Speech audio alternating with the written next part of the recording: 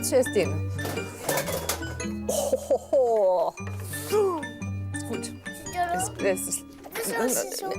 Oui. Es pusten. Willkommen, bienvenue dans la seule école maternelle bilingue de Bourgogne-Franche-Comté. C'est une expérimentation et ce n'est pas encore 100% bilingue. Birgit Jalaguier vient 12 heures par semaine et passe dans toutes les classes. Elle n'enseigne pas, elle communique. Wir nehmen der Kuli und langsam. C'est l'institutrice Mathilde Bourgon qui est chargée de la pédagogie. Et tout passe par le jeu et le chant. On a deux langues. Quand on dit quelque chose, ils comprendraient nos parents. Tout est parti d'une visite du directeur en Allemagne. Il s'est rendu à l'école maternelle franco-allemande de Freiburg.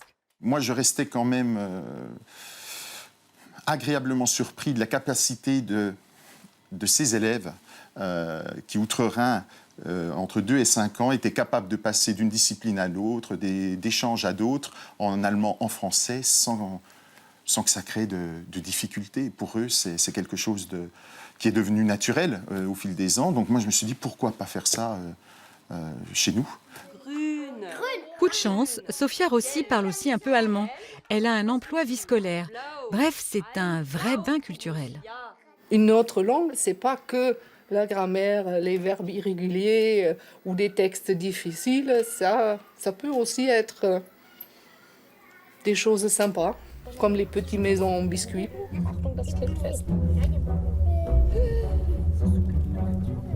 Douce et sucrée comme une phrase allemande. A priori, ce n'est pas trop l'image que l'on a de cette langue.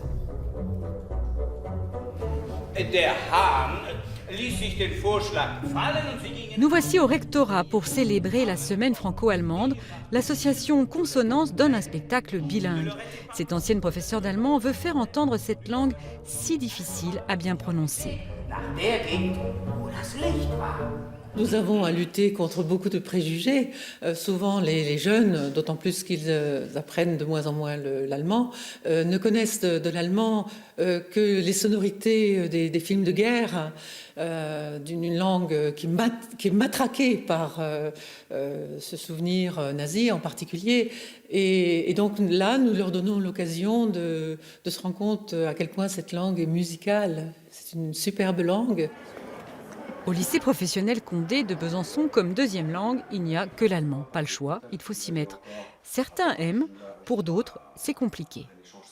L'allemand, c'est tellement agressif que ça ne nous donne pas envie d'apprendre.